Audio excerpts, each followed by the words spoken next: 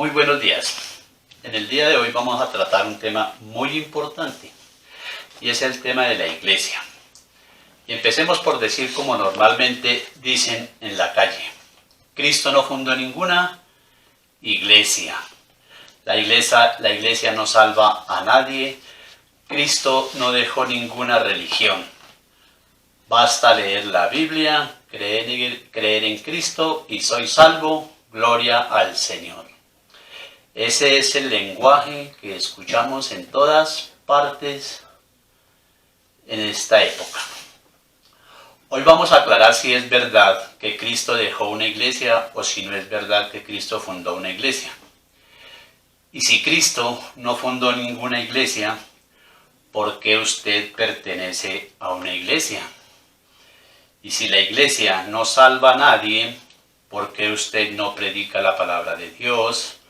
Le dice a la gente: bueno, mire, lea la palabra, ore, cumplan los mandamientos de Dios, y no saca a las personas de la iglesia católica y se los lleva a su iglesia. Si la iglesia no salva a nadie y si la iglesia no es importante, entonces deberíamos pensar por qué estos hermanos sacan a las personas de la iglesia y se las llevan a su iglesia. Si la iglesia no es importante. Y si la iglesia no es importante, ¿por qué ellos andan diciendo: Cristo viene a llevar su iglesia a morar con él? ¿De qué iglesia hablan? ¿Sí es importante una iglesia? Sí. Y hoy vamos a ver si es importante una iglesia. Y vamos a empezar con Efesios capítulo 5, versículo 23. Pero lo vamos a leer desde el 25, que es la parte que nos interesa. Léalo. Maridos, amen a sus esposas como Cristo amó a la iglesia. Maridos, amen a sus esposas como Cristo amó a su iglesia. ¿Habla en singular o habla en plural? Como Cristo amó a su iglesia. Está hablando en singular. Y si la está comparando con el marido, según la Biblia, ¿cuántas mujeres puede tener el marido? Una sola esposa. Entonces, está diciendo que Cristo también tiene una sola esposa. ¿Y cómo se llama la esposa de Cristo? La iglesia. Decir que Cristo no tiene ninguna iglesia es estar en contra de la palabra de Dios. Ahora comprenden por qué a estos hermanitos también se les llama protestantes, porque protestan no contra el Papa, no contra la iglesia, aunque es la iglesia de Cristo. Ya lo vimos que Cristo tiene una iglesia y que la ama. No protestan contra el Papa, ni contra la iglesia, ni contra los curas. Protestan exactamente contra la palabra de Dios, porque aquí dice: Cristo amó a su iglesia. Y no solamente dice que Cristo amó y que Cristo tiene una iglesia, aquí dice algo más: Cristo ama y amó a esa iglesia. Maridos, amen a sus esposas. ¿Cómo? Como Cristo amó a su iglesia. ¿Cómo una persona puede decir que Cristo no tiene ninguna iglesia y que Cristo no ama ninguna iglesia? Entonces es que hay personas que protestan contra la palabra de Dios. Siga. Y se entregó a sí mismo por ella. ¿Por quién se entregó Cristo en la cruz? Por la iglesia. Y se entregó a sí mismo por ella. Está hablando de la iglesia. Si Cristo se entregó por la iglesia, yo quiero estar en esa iglesia. Porque si Él a esa iglesia la amó y a esa iglesia la salvó, yo debo estar en esa iglesia. Siga. Y después de bañarla en el agua y la palabra para purificarla, la hizo santa. La bañó en la palabra y la hizo santa en la palabra. Siga. Pues quería darse a sí mismo una iglesia radiante. Ahí, pues quería darse a sí mismo una iglesia radiante. Pregunto, ¿quién deseaba una iglesia? Cristo. Entonces pregunto, ¿Cristo deseaba una iglesia o varias? Una sola iglesia. Es un deseo de Cristo. No es un invento de los curas, del Papa ni de la iglesia. Entonces vemos que sí Cristo deseaba una sola iglesia, no muchas, una sola iglesia. Es el deseo del corazón de Cristo, tener una sola iglesia. Siga. Pues quería darse a sí mismo una iglesia radiante, sin mancha ni arruga ni nada parecido. Cristo quería una iglesia sin mancha ni arruga ni nada parecido. Entonces, por eso la purificó, por eso la santificó. Siga. Sino santa e inmaculada. Sino santa e inmaculada. Por eso nosotros decimos que la iglesia es una. ¿Por qué? Porque Cristo quiere una sola iglesia santa. ¿Por qué?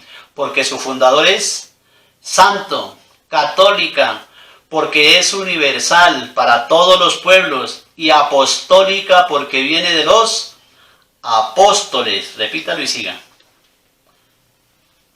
Sino santa e inmaculada. No, repítalo desde atrás. Pues él quería darse a sí mismo una iglesia. Pues quería darse a sí mismo una iglesia radiante, sin mancha ni arruga. Ahí está. Él mismo quería darse una iglesia, no los curas, no el Papa. Él mismo dice, él mismo quería prepararse una iglesia. Y se preparó una iglesia a su gusto. ¿Por qué? Porque Él es Dios y Él podía darse una iglesia a su gusto. Siga. Sin mancha ni arruga ni nada parecido, sino santa e inmaculada. Siga. Así deben también los maridos amar a sus esposas, como aman a sus propios cuerpos. ¿Escucharon? Asimismo los maridos deben amar a sus esposas como aman a sus propios cuerpos. Y escuchen lo que viene. Amar a la esposa es amarse a sí mismo. Y nadie aborrece su cuerpo, al contrario, lo alimenta y lo cuida. Ahí, las personas que dicen que la iglesia, que Dios aborreció a esa iglesia, que sí fundó una iglesia, pero que después la aborreció porque esa iglesia se paganizó. Aquí dice, el que ama a su esposa, se ama a sí mismo. Y nadie jamás ha aborrecido su cuerpo. Al contrario, lo alimenta y lo cuida. Siga. Y eso es justamente lo que Cristo hace por la iglesia. ¿Qué es lo que Cristo hace por la iglesia? La alimenta y la cuida. Hermanitos que dicen que Cristo no tiene ninguna iglesia. Aquí dice que Cristo alimenta y cuida a su iglesia. ¿Qué significa? Que el que se mete con la iglesia, ¿con quién se mete? Con Cristo. ¿Dónde lo dice la Biblia? Lucas 10:16. A quienes ustedes rechazan, escucha, a mí me escucha. A quienes ustedes rechazan, a mí me rechaza.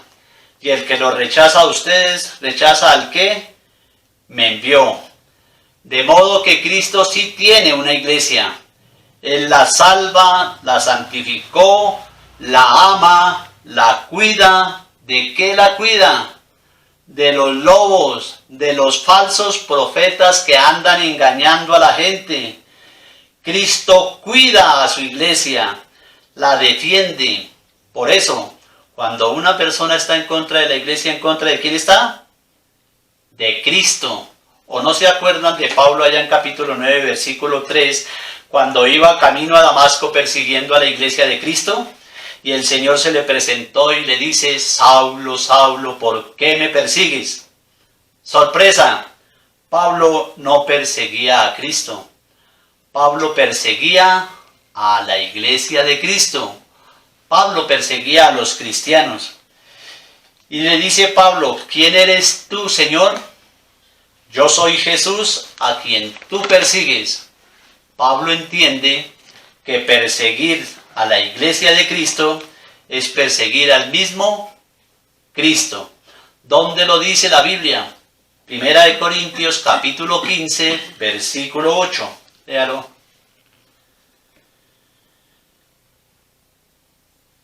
Y se me apareció también a mí. Iba a decir al aborto. Ahí. Y se me apareció también a mí. Iba a decir al aborto.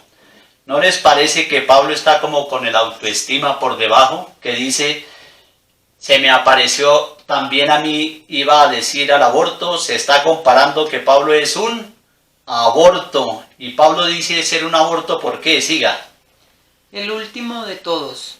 Porque No, un poquito más atrás, pues yo soy el último de los... el último de todos, porque yo soy el último de los apóstoles. No solo cree ser un aborto, dice también ser el último de los apóstoles. Siga.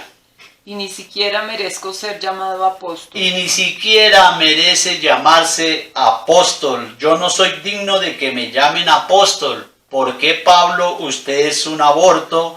¿Por qué es el último de los apóstoles? ¿Y por qué es indigno de que le llamen apóstol? Díganos, Pablo. Pues perseguí a la iglesia de Dios. Por haber perseguido a la iglesia de Dios. Entonces, si Dios tiene una iglesia, ¿cómo mucha gente puede decir que que Cristo no tiene una iglesia? ¿De qué iglesia está hablando Pablo entonces acá? ¿Por qué Pablo dice todo esto? ¿Cuál iglesia perseguía a Pablo si Jesucristo no tiene ninguna iglesia? Entonces, según la Biblia, Dios sí tiene una iglesia.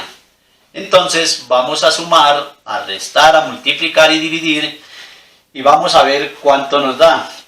Según esta carta de Pablo a los Corintios, capítulo 15, versículo 8, ¿qué nombre se le da a una persona que persigue a la iglesia de Dios? Aborto, indigno de que le llamen apóstol. No se le puede llamar apóstol a una persona que persigue a la iglesia de Dios. Y vamos a ver que Pablo lleva un hilo conductor. Si leemos el libro de los Efesios, en Efesios 1:22 dice, Dios sometió todo bajo sus pies y lo dio por cabeza sobre todas las cosas. A la iglesia, la cual, pongan cuidado, la iglesia, la cual es su cuerpo. ¿Cuál es el cuerpo de Cristo? La iglesia. Entonces, a la iglesia, la cual es su cuerpo, la plenitud del que lo llena todo, en todo. En Efesios 3:10 dice, todas las formas de la sabiduría de Dios las podemos encontrar en la iglesia. Repito, todas las formas de la sabiduría de Dios las podemos encontrar en la iglesia. ¿De qué iglesia nos habla esto si Cristo no tiene ninguna iglesia? En Efesios 3:21 dice, a Dios se le da la gloria en la iglesia y en Cristo Jesús. ¿En cuál iglesia? Y vamos a ver por cuánto tiempo. Por todas las generaciones y por todos los tiempos. Y en Efesios 5:22 que estamos leyendo dice, Cristo quiso una iglesia, ella es su cuerpo, ella es su esposa, Él la salva, Él la santifica, Él la ama, Él la cuida, hasta el punto que Pablo dice que el que persiga a esa iglesia se convierte en un aborto. Y Jesucristo fue claro, el que rechaza a ustedes, a mí me rechaza. Entonces, Cristo sí tiene una iglesia. ¿Para qué ellos dicen que Cristo no tiene ninguna iglesia? Fácil. Si nosotros decimos que Cristo fundó una iglesia, la gente dice, bueno, yo voy a darme cuenta cuál es la iglesia que Cristo fundó. Va a internet, va a la historia, investiga y encuentra que Cristo fundó una iglesia. Entonces, la gente encuentra que Cristo fundó una iglesia. Ahora, si yo digo que Cristo no fundó ninguna iglesia, la gente no busca y no sabe para dónde agarrar. Si para aquí, para allá, para un lado, no sabe. Ahora, una persona de cualquier iglesia, de cualquier denominación, de cualquier secta, una persona sabia e inteligente que busca la verdad, debe ir a la historia y comience a buscar cuántas iglesias fundó Jesucristo y cuál es la que Cristo fundó y cuándo la fundó. Los protestantes serios que buscan el origen de dónde vienen ellos descubren que vienen de la iglesia católica y que la iglesia católica fue la que Cristo fundó. El que no busca la verdad, ¿qué? Anda para allá, para acá, para un lado, un día es católico, otro día es evangélico, otro día es del séptimo día, otro día es mormón, otro día es pentecostal, y no le importa nada porque no está buscando la verdad. El que busca la verdad sabe que Cristo fundó una iglesia y es donde yo debo estar. Ahora veamos cuál es esa iglesia que Cristo fundó y cómo la fundó. Y ahí vamos a ver si es la católica o no es la católica. Ya sabemos que Cristo fundó una iglesia que la ama, que la salva, que la cuida, que la protege, que la defiende. ¿Cuál es esa iglesia? Ayúdenme a descubrir cuál es. Marcos capítulo 3, versículo 13. Y aquí veremos por qué nosotros decimos que Cristo fundó una iglesia y además aseguramos que esa iglesia es la iglesia católica. Léalo. Jesús subió al monte y llamó a los que él quiso. Ahí está, llamó a los que él quiso. En castellano significa que si Dios no llama, yo no puedo ser ministro de él. Llamó a los que él quiso. No soy yo quien decido agarrar y ser pastor de la iglesia de Cristo, no. Es Cristo quien me llama. Llamó a los que él quiso. No todos pueden serlo. Es voluntad de Dios, es a quien Dios quiera, siga. Y se reunieron con él. Así instituyó a los 12. Ahí está. Y se reunieron con él. Instituyó 12. ¿Por qué no fueron 13? ¿Por qué no fueron 11? Porque recordemos que el antiguo pueblo de Dios era el pueblo de Israel y estaba representado en las 12 tribus de Israel. Ahora Cristo va a fundar un nuevo pueblo y una nueva iglesia que está figurada en las 12 tribus de Israel. Para que haya esa figura, ¿a cuántos llamó? A 12. Los instituyó a los 12. Pregunto, si Cristo no quería ninguna iglesia, ¿por qué no comenzó a predicar a diestra y siniestra y dice a todos, todo lo que ustedes escuchen, predíquenlo, pero aquí no hay apóstoles ni nada de eso? Todos ustedes son iguales y cada cual puede agarrar la Biblia, la palabra de Dios, interpretarla a su manera y decir lo que quieran a su manera, pero apóstoles, ninguno. Todos ustedes son iguales. No. Aquí no dice eso, aquí dice instituyó a 12. ¿Para qué los instituyó? Siga. A los que llamó también apóstoles para que estuvieran con él y para enviarlos a predicar. ¿Para qué los instituyó a los 12? Para que estuvieran con él, para formarlos. No es que yo hoy soy un ladrón, un drogadicto, un vagabundo, un sinvergüenza y mañana agarro la Biblia y me autonombro pastor y voy a predicar la palabra de Jehová. No, así no es. Así no se juega. Cristo llamó a 12, primero para que estuvieran con él, para formarlos.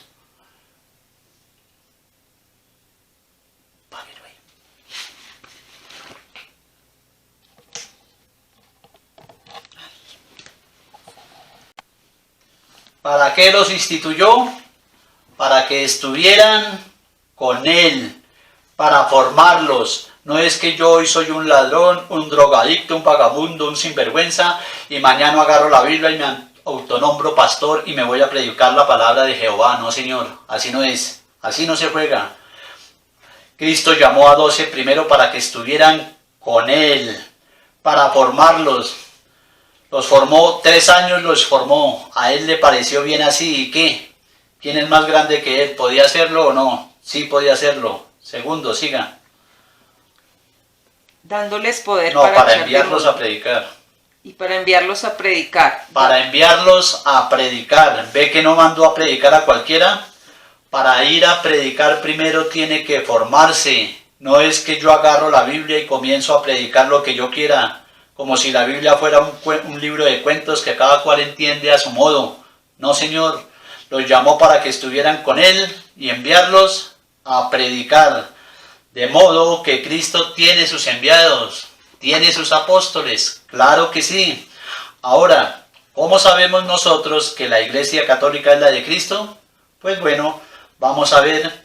Ustedes saben que esa iglesia esperaba la venida del Espíritu Santo, que el día de Pentecostés, y ese día vino el Espíritu Santo sobre la iglesia. ¿Y cuál es esa iglesia que estaba reunida esperando la venida del Espíritu Santo? Los evangélicos dicen la nuestra, los pentecostales dicen la nuestra porque nosotros venimos de Pentecostés. Pentecostés es una fiesta, no es una iglesia. Y ahí en Pentecostés la iglesia comienza a llevar el mensaje. Y vamos a sacar unas fotos de la iglesia que estaba reunida en Pentecostés. Y nos lo dice Hechos de los Apóstoles capítulo 1 versículo 12. Léalo. Entonces volvieron a Jerusalén desde el monte llamado de los Olivos, que dista de la ciudad como media hora de camino. Entraron en la ciudad y subieron a la habitación superior de la casa donde se alojaban. Allí estaban Pedro. Ahí estaba Pedro. En primer lugar vemos que está Pedro y tomamos la foto ahí. ¿Y por qué ahí? Porque Pedro no se llamaba Pedro, Pedro se llamaba Simón. Y porque ahora Pedro está en Juan capítulo 1 versículo 42. ¿Por qué deja de llamarse Simón y ahora se llama Pedro? Léalo. Y se lo presentó a Jesús. Jesús miró fijamente a Simón y le dijo: Tú eres Simón, hijo de Juan, pero te llamarás Kefas, que quiere decir piedra. Y se lo presentó a Jesús. Andrés se encontró con Simón y se lo presentó a Jesús. Jesús le dijo: Tú eres Simón, hijo de Juan. ¿Cómo se llamaba Pedro? Se llamaba Simón. Pedro se llamaba Simón. ¿Y ahora por qué Pedro? Le dice Jesús: ahora te llamarás Kefas, que quiere decir piedra. Le cambió el nombre y no le dijo por qué o para qué. Pedro quedó como aburrido y aturdido porque le cambiaron el nombre y no le dijeron por qué. Tú te llamarás Kefas, que quiere decir piedra. Y ahora veamos dónde Jesús le aclara a Pedro por qué le cambió el nombre. En Mateo 16, 18. Cristo le explica por qué le cambia el nombre. Léalo. Pedro contestó: Yo a mi vez, Mateo 16, 18. Y ahora yo te digo, tú eres Pedro, o sea, piedra, y sobre esta piedra edificaré mi iglesia. Yo a mi vez te digo, tú eres Pedro, y sobre esta piedra edificaré mi iglesia. Entonces vemos, aquí le dice por qué le cambia el nombre de Simón a Pedro. Porque Jesús tenía un plan, un proyecto, fundar su iglesia. Y ahora le va a explicar por qué le cambió el nombre. Tú eres Pedro, o sea, piedra, y sobre esta piedra edificaré mi iglesia. ¿Se dan cuenta por qué le cambia el nombre a Pedro? Y de ahí en adelante los apóstoles no lo vuelven a llamar Simón, lo van a llamar piedra, porque Jesucristo lo nombró piedra donde va a fundar su iglesia. Y podemos ver que le dice: tú eres Pedro, que quiere decir piedra, y sobre esta piedra voy a fundar mi iglesia. No le dijo: Pedro, que significa pedregal, y sobre estas piedras voy a fundar mis iglesias. No, no dijo eso. Dijo, Pedro significa piedra y sobre esa piedra voy a fundar mi iglesia. ¿Qué quiere decir mi iglesia? La iglesia mía, de yo, de mi propiedad, de nadie más. Y si lo quieren ver con un ejemplo, entonces don Pedro, don Rafael, don Jairo, don Luis, doña Magdalena, doña Nayibe pueden fundar la iglesia, pero esa es la iglesia suya. Esa no será la iglesia de Cristo, porque Cristo ya fundó la de él. Entonces, pensemos un poquito. ¿Una persona hoy puede fundar una iglesia? ¿Cualquier persona puede fundar una iglesia? Sí puede fundar una iglesia. Hay libertad de culto, las leyes civiles si los hombres lo permiten, no por Dios, pero por las leyes civiles sí lo permiten. Dios no permite fundar una iglesia porque él ya tiene la suya. Entonces resulta que a don Pánfilo se le ocurrió fundar una iglesia al día de hoy, en libertad de culto, funda su iglesia, pero pregunto, ¿esa será la iglesia de Cristo? No, esa será la iglesia de Pánfilo, pero si don Pánfilo dice que esa es la iglesia de él, ¿cuántas personas van a ir allí con él? Nadie, cae en la ruina, quiebra. Para que la gente lo siga, ¿qué tiene que decir don Pánfilo? Que esa es la iglesia de Cristo. Y ahí sí, mucha gente lo va a seguir. Pero ¿cómo sabemos nosotros que esa no es la iglesia de Cristo? Porque la de Cristo debe tener 2000 años. Entonces, no le podemos creer a don Pánfilo que esa sea la iglesia de Cristo. Porque la de Jesucristo debe tener 2000 años. Como no le podemos creer a Martín Lutero, como no le podemos creer a Carlos Parán de los pentecostales, a Martín Lutero de los evangélicos, como no le podemos creer a Elena de White del Séptimo Día, como no le podemos creer a José Smith de los mormones, y como no le podemos creer a tantos que hay, porque hay como 60.000 iglesias. Nosotros tenemos nombres, tenemos fechas en qué día, en qué época han fundado sus iglesias. Y la iglesia de Cristo debe tener 2000 años.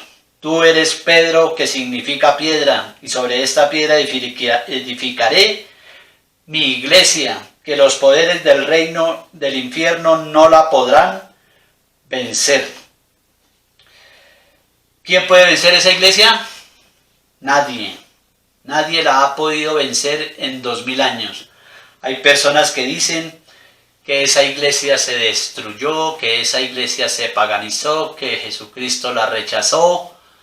Aquí dice, ni los poderes del infierno la podrán vencer. Constantino no era el diablo para haber vencido la iglesia de Cristo. Y aquí dice que ni siquiera el diablo la puede vencer. O sea, nadie la puede vencer. Las personas que aseguran que Cristo no tiene ninguna iglesia porque esa iglesia se destruyó, se paganizó, están haciendo de Cristo un mentiroso que no pudo cumplir su promesa. Aquí dice, los poderes del infierno no la podrán vencer. Entonces la iglesia de Jesucristo tiene 2000 años y nadie la ha podido vencer. Y si usted quiere saber qué papa existió en el año 100, en el año 200, en el año 300, 500, 700, 800 y 1000, usted va a la historia y ahí le aparece el nombre del papa de esa época. Le aparece lo que ese papa escribió. Los papas escriben unas encíclicas. Aparece qué escribió, qué enseñó, qué dijo y lo que haya enseñado. Pero búsqueme usted un pastor evangélico de una época atrás del año 1520, cuando Martín Lutero vino y destruyó la iglesia católica. La destruyó no, sino la dividió. No, deben el nombre de un pastor evangélico. No la hay, no existían. Entonces vemos que Martín Lutero viene de la iglesia católica. Martín Lutero era un sacerdote católico. Por eso no existían antes del año 1520, todo el mundo era católico, no había otra opción. Es ahí en el año 1520 cuando Martín Lutero hace la división de la iglesia. Entonces, los hermanitos dicen que Cristo sí tiene una iglesia, pero una iglesia espiritual. Pues ¿saben por qué dicen que una iglesia espiritual? Para cuando usted le pregunte dónde estaban ustedes en el año 1500, en el año 1000, en el año 800, ellos le dicen, existíamos pero espiritualmente, para engañar a los tontos. Cristo fundó una iglesia en la persona de Pedro. Y aquí en Hechos 1:12 que estamos leyendo, dice que el primero que estaba ahí era Pedro. Y Cristo le había dicho, tú te llamas Simón, ahora te llamarás Kefas, que quiere decir piedra, y sobre esta piedra edificaré mi iglesia. Y esa es la primera foto. Vamos a tomar la segunda foto. Ya tomamos la primera foto donde Pedro está en primer lugar. Vamos a tomar la segunda foto. Siga. Allí estaban Pedro, Juan, Santiago y Andrés, Felipe y Tomás, Bartolomé y Mateo, Santiago hijo de Alfeo, Simón el Celotes y Judas hijo de Santiago. Todos ellos perseveraban juntos en la oración en compañía de algunas mujeres. Ahí está. Todos perseveraban en la oración con algunas mujeres. Aquí no se da el nombre de las mujeres porque no son importantes. Siga. De María, la madre de Jesús. Aquí vemos, tomamos la segunda foto. Dentro de la iglesia que esperaba el Espíritu Santo, había una mujer que sí era importante. Y era María, la madre del Señor. Veamos, si María no hubiera sido importante, ¿por qué la sacan del grupo de las mujeres y la ponen aparte? ¿Por qué no la dejaron con esas mujeres? Para demostrar y mostrarnos a nosotros que en esa iglesia sobre la que vino el Espíritu Santo hay una mujer importante y que es María, la madre del Señor. 2000 años después tomamos otra foto. ¿Cuál es la iglesia que todavía después de 2000 años tiene a María como ficha importante dentro de la iglesia? ¿Cómo se llama esa iglesia? La Iglesia Católica. Y si los evangélicos son la iglesia de Cristo, ¿dónde dejaron a María? ¿La dejaron botada? ¿La dejaron tirada? Aquí dice que la iglesia de Jesucristo tiene a María dentro de la iglesia. Vamos a tomar otra foto. Vino el Espíritu Santo. Después de esto, ¿cómo vivía esa iglesia? Hechos capítulo 2, versículo 42.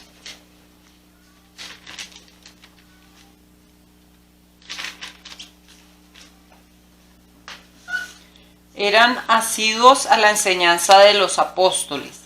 ¿A qué eran asiduos? Las primeras comunidades acudían asiduamente a la enseñanza de los apóstoles. La iglesia de Jesucristo acudía asiduamente a la enseñanza ¿de quién?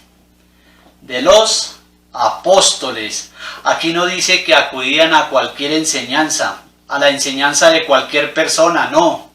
Aquí dice que acudían a la enseñanza de los apóstoles, porque la iglesia es apostólica. La iglesia de Cristo no enseña cualquier cosa. La iglesia de Cristo enseña lo que enseñaron los apóstoles. La iglesia de Cristo no anda escuchando a cualquier persona por ahí, no. Ustedes han visto que cualquier persona empieza a predicar la palabra de Dios. ¿Cuál era la costumbre de las primeras comunidades? Escuchar la enseñanza, pero de los apóstoles. La iglesia tiene cuidado. La iglesia no escucha cualquier enseñanza por ahí. No, siga. A la convivencia fraterna, a la fracción del pan. Asistían también a la convivencia y a la fracción del pan. ¿Cómo llamamos nosotros la fracción del pan? La Eucaristía. Entonces, la iglesia de Cristo tiene a Pedro como jefe, a María dentro de la iglesia, recibe la enseñanza de los apóstoles y guarda la fracción del pan. ¿Cada cuánto guardan cada cuánto es la fracción del pan? Versículo 46. Todos los días se reunían en el templo con entusiasmo. Ahí está, la fracción del pan, acudían todos los días con el mismo espíritu y con entusiasmo. Entonces no era cada mes, no era cada año, era todos los días. 2000 años después, ¿cuál es la iglesia que celebra la fracción del pan todos los días? La iglesia católica. Bueno, ya vino el Espíritu Santo. Ahora veamos cuando la iglesia empieza a llevar el mensaje. Vamos a ver cómo se lleva ese mensaje. Hechos capítulo 2, versículo 14. Por primera vez se proclama la palabra del Señor. Vamos a ver cómo y quién proclama por primera vez la palabra. Léalo. Entonces Pedro, con los 11 a su lado, se puso de pie, alzó la voz y se dirigió a ellos diciendo: Amigos judíos y todos los que se encuentran en Jerusalén, escúchenme, pues hay algo que deben saber. No se les ocurra pensar que estamos borrachos. No estamos borrachos, dice Pedro. Recién llega el Espíritu Santo. Ellos están hablando en diferentes lenguas. En todas las lenguas los escuchaban hablar. Y muchos se burlaban y decían: están borrachos, han tomado mucho mosto, están borrachos. Y los apóstoles estaban, como todavía no habían empezado a llevar el mensaje, se preguntaban unos a otros: ¿y quién va a hablar? ¿Quién va a hablar? Pedro toma la palabra. ¿Por qué Pedro? Porque él es el jefe dentro de la iglesia de Jesucristo y aclara las cosas que predica y los demás escuchan. Entonces, Pedro tomó la palabra y dirigió el primer mensaje, el primer discurso. Y la iglesia continúa su camino y empiezan los problemas, porque los problemas no han de faltar. Y veamos cómo se arreglan esos problemas, con qué criterio la iglesia arregla los problemas que se van creando. Hechos de los Apóstoles capítulo 15, versículo 1. Llegaron algunos de Judea que aleccionaban a los hermanos con estas palabras: ustedes no pueden salvarse a no ser que se circunciden como lo manda Moisés. Ahí está. La enseñanza era: si no se circuncidan como nosotros, no pueden salvarse. Igual que ahora, si usted no se mete con nosotros evangélico, no se puede salvar. Así eran las sectas y los judíos de aquel tiempo. Siga. Esto ocasionó bastante perturbación, así como discusiones muy violentas de Pablo y Bernabé. Se produjo una fuerte discusión entre Pablo y Bernabé con algunos judíos. ¿Qué decía? ¿Qué pasaba? ¿Cómo era la discusión? Grande, era una discusión grande, no pequeña. Y ellos decían que tenían que circuncidarse. Pablo decía: no, no se deben circuncidar, unos para aquí, otros para allá. No hay ninguna solución. ¿Qué deciden? ¿Qué solución hay? Siga. Al fin se decidió que Pablo y Bernabé, junto con algunos de ellos, subieran a Jerusalén para tratar esta cuestión con los apóstoles y los presbíteros. Pregunto, ¿Pablo era un apóstol o no era un apóstol? Era un apóstol de la iglesia, pero Pablo no pudo tomar decisiones. Pablo no pudo arreglar el problema, le quedó grande. ¿Y qué dijo Pablo? Vamos donde los apóstoles. Yo tal vez no puedo tomar la decisión, pero yo sé quién puede tomar la decisión. Vamos a donde los apóstoles a solucionar este problema. No dijo: bueno, pues cada cual puede predicar lo que quiera, predique cada cual a su manera, lo que le convenga. Igual, eso es lo mismo, como decimos ahora, eso ser católico o ser evangélico, eso es lo mismo, o estudiar la Biblia en la casa y aprender lo que yo quiera o entender como yo quiera, eso es lo mismo. No, Pablo dijo, vamos donde los apóstoles y veamos que ellos tomen la decisión. Cuando hay problemas, cuando hay discordias, hay que buscar una solución. ¿Dónde buscarla? No dijeron, vamos a la Biblia y ya.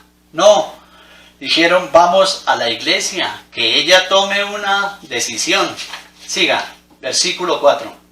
Al llegar a Jerusalén fueron recibidos por la iglesia, por los apóstoles y los presbíteros, y les expusieron todo lo que Dios había hecho por medio de ellos. Bueno, ya están en Jerusalén, los recibieron los apóstoles y los presbíteros. Aquí hay un detallito pequeñito, pero que es importante.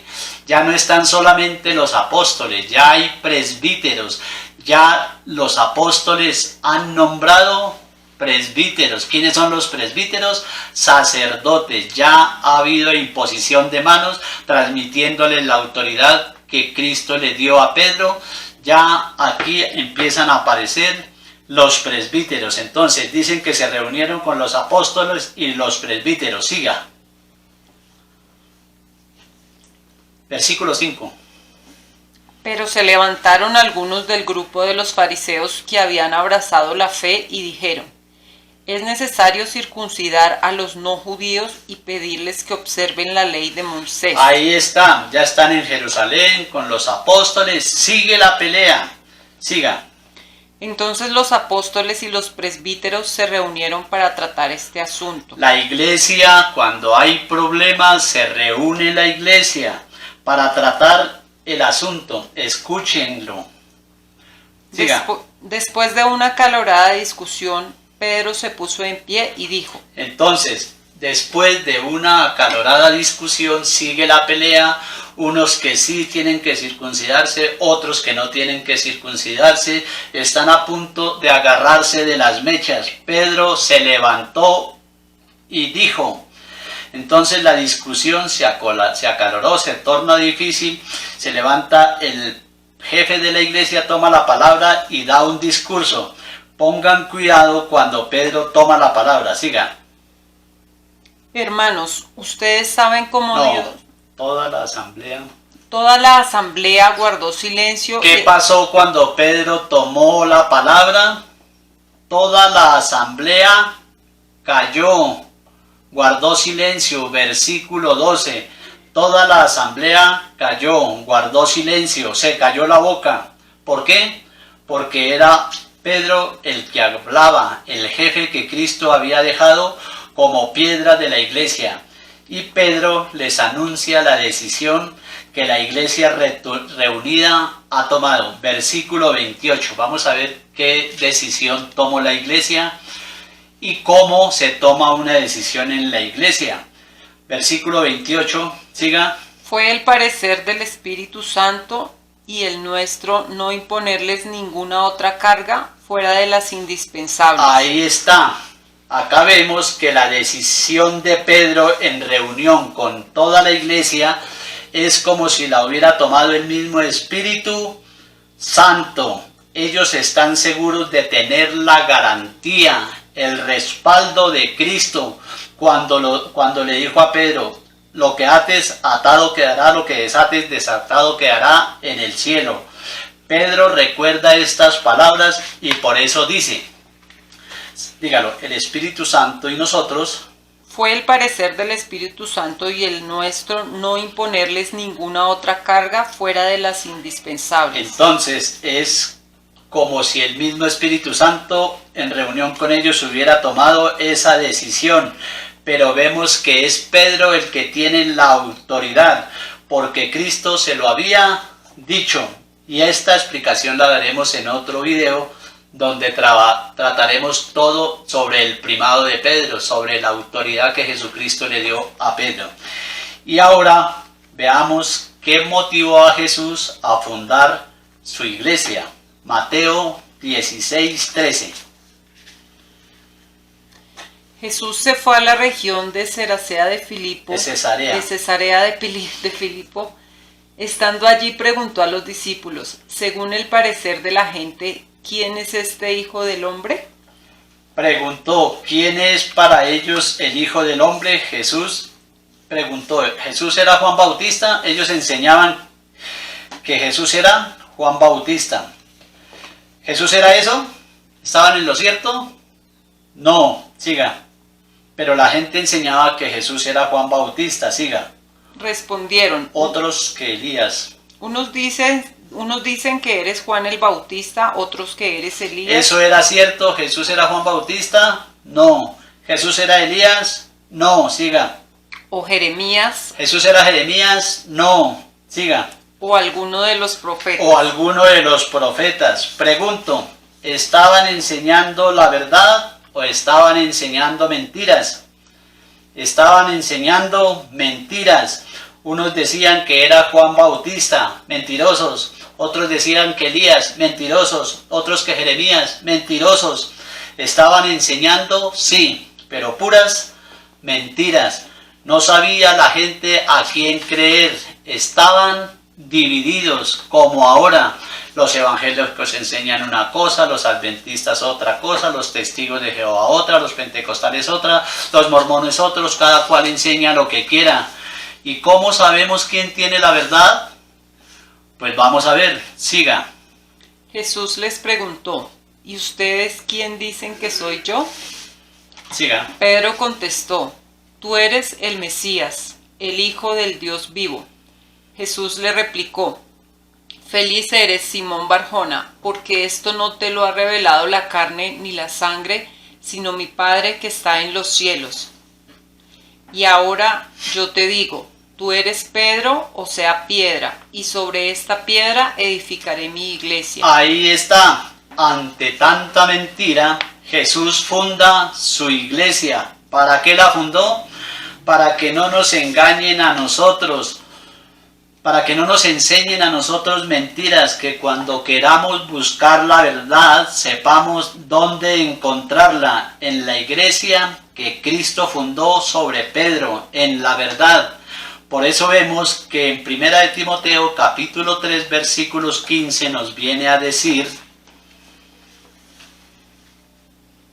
pero si me demoro, para que sepas cómo debes portarte en la casa de Dios, que es la iglesia de Dios vivo, pilar y base de la verdad. dos cosas. Primero, pero si me tardo, para que sepas cómo hay que portarse en la casa de Dios. Entonces, Dios tiene una casa y esa casa es la iglesia del Dios vivo. Y esa casa y esa iglesia del Dios vivo es columna y base de la verdad. Ustedes que dicen que tenemos que seguir la verdad, ¿dónde encontramos en la tierra la verdad?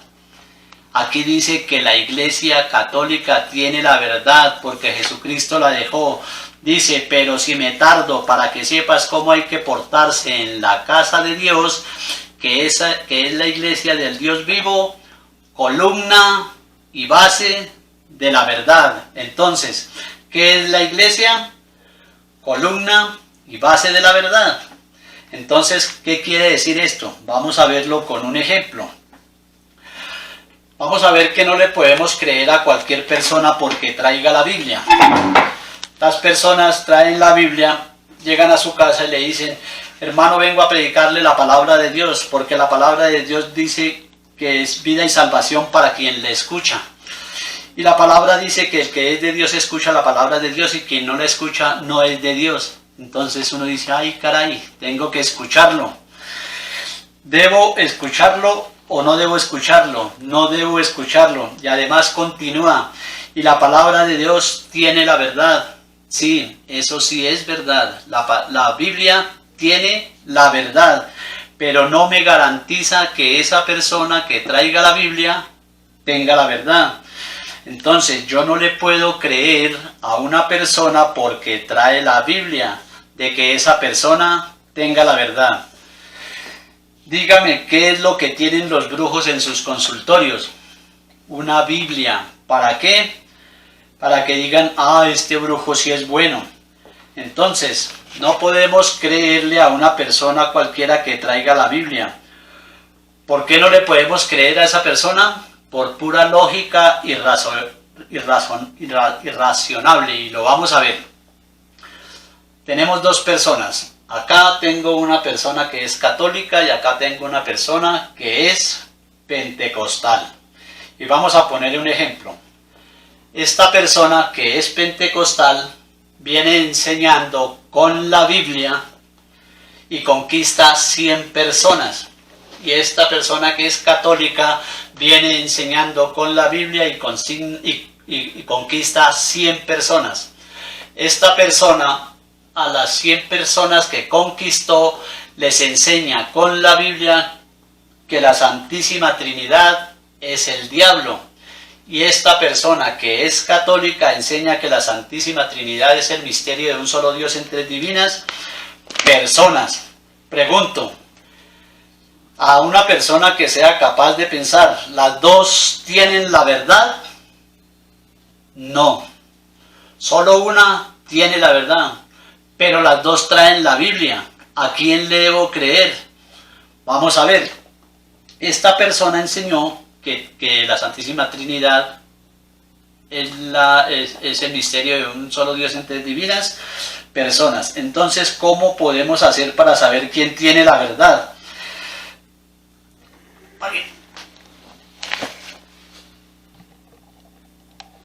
Y vamos a poner un ejemplo. Esta señora que tengo aquí a la derecha es católica y esta señora es pentecostal. La señora pentecostal enseñó con la Biblia que la Santísima Trinidad es el diablo. Y la católica enseñó con la Biblia que la Santísima Trinidad es el misterio de un solo Dios en tres divinas personas. Pregunto, ¿las dos tienen la verdad? No. Pregunto, el día que esa persona se muera, que está diciendo y enseñando mentiras, ¿Dios le va a tomar en cuenta esa mentira y ese engaño que le hizo a esas personas que están detrás de ella? Sí, le pedirá cuentas. Por tanto, nosotros no tenemos que asegurarnos de estar, lo que tenemos que asegurarnos es de estar en la iglesia de Cristo, no que esa persona traiga la Biblia. Por eso Cristo no se dejó engañar del diablo allá en Mateo capítulo 4 versículo 1. ¿Con qué lo quería engañar el diablo? Con la Biblia. En la segunda tentación le dijo el diablo a Jesús: tírese porque está escrito, Dios enviará a sus ángeles para que no tropiece su pie con ninguna piedra. ¿Estaba escrito o no estaba escrito? Sí estaba escrito, Salmo 91. Y Jesús le dijo: no tentarás al Señor tu Dios. Eso también estaba escrito. El diablo con la Biblia viene a tentar a los cristianos como tentó a Jesús. Por tanto, yo no debo ver si esa persona trae o no la Biblia. Yo debo ver si esa persona pertenece a la iglesia que Cristo fundó y que es columna y base de la verdad. Y por último, fuera de la Biblia, yo creo que la iglesia católica es la de Cristo por varios motivos. Primero, los apóstoles, la mayoría eran judíos y ellos, según la tradición de ellos están acostumbrados a guardar y cuidar sus tumbas. Entonces, los apóstoles murieron y ellos los enterraron, los primeros cristianos, y guardaron sus tumbas. Aún hoy, después de 2000 años, todavía se conservan las tumbas de los apóstoles. La tumba de Pedro está en el Vaticano, debajo de la iglesia encontramos la tumba de Pedro, la tumba de Pablo, la tumba de Marcos. De todos los apóstoles todavía se conservan. ¿Y quién guarda la tumba de todas esas personas? La iglesia católica. ¿Quién las cuida? La iglesia católica. Ahora, por eso creemos que es la iglesia católica. Segundo, porque la iglesia católica nos muestra iglesias del año 300, del año 400, del año 500, del año 1000. Catedrales y iglesias de miles y de 1000, de 1200, 1500 años. Entonces, eso nos asegura que es la iglesia católica. Segundo, y mucho más importante todavía, porque Cristo mandó a predicar. Cristo no dejó la Biblia. Cristo no dijo, tomen Biblias, a cada uno le dio una Biblia. Cristo los mandó a predicar.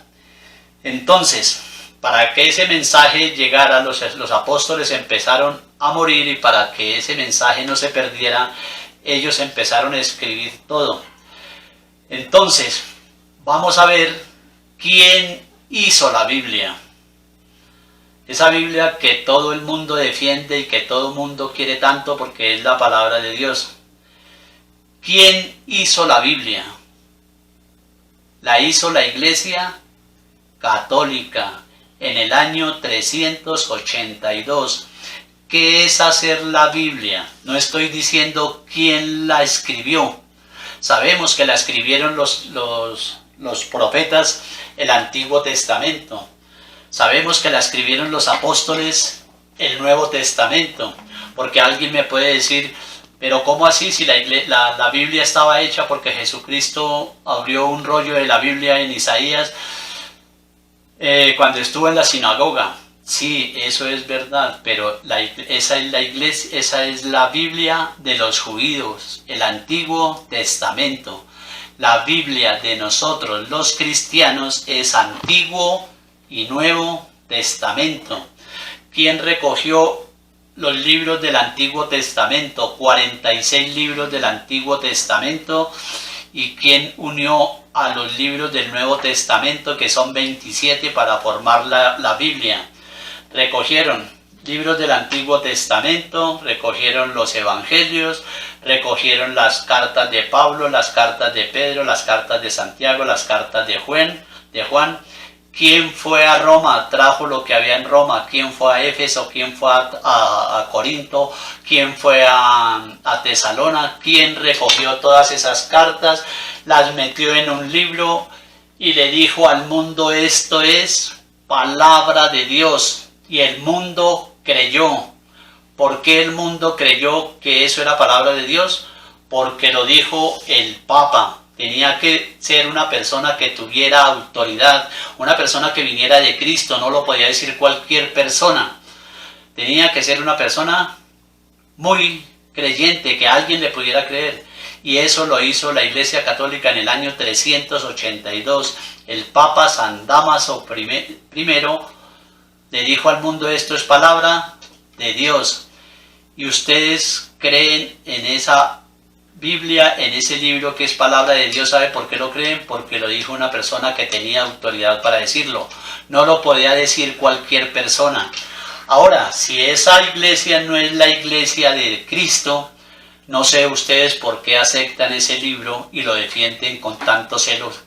Si es una iglesia pagana, si es la gran prostituta como ustedes dicen, si es el Papa la bestia que ustedes dicen, ¿por qué tienen ustedes ese libro? Debería ser lógico. Si esa iglesia es todo lo que ustedes dicen, no aceptemos esa Biblia, saquemos la Biblia nuestra. Pero ustedes tienen una Biblia católica, una Biblia que hizo la Iglesia Católica y la dio a conocer el Papa San Dámaso I en el año 382. Y no lo dijo solamente esa vez, lo dijo creo que en el 87 y en el 92 también. Lo volvió a decir y el mundo aceptó y el mundo creyó que eso era palabra de Dios. Y la palabra de Dios dice que ningún árbol malo puede dar frutos buenos. Entonces díganme, ¿este fruto es malo o es bueno? El árbol se conocerá por sus frutos.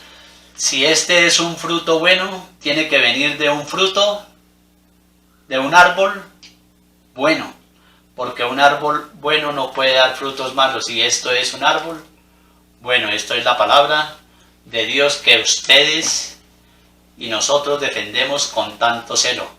Entonces, como dice mucha gente, tenemos que ir más adentro, tenemos que buscar mucho más, no le podemos creer a cualquiera. La iglesia tiene 2000 años de historia, 2000 años de predicar la palabra. Yo no le puedo creer a una persona que tenga 1 año, 2 años, 3 años leyendo la Biblia y me diga que ella tiene la verdad.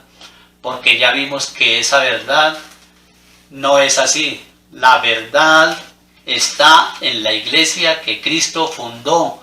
Primera de Timoteo capítulo 3 versículo 15 dice: por si me demoro, para que sepas cómo debes portarte en la casa de Dios, que es la casa del Dios vivo, columna y base de la verdad. Cuando quiera buscar la verdad, sabemos dónde encontrarla, en la iglesia de Cristo.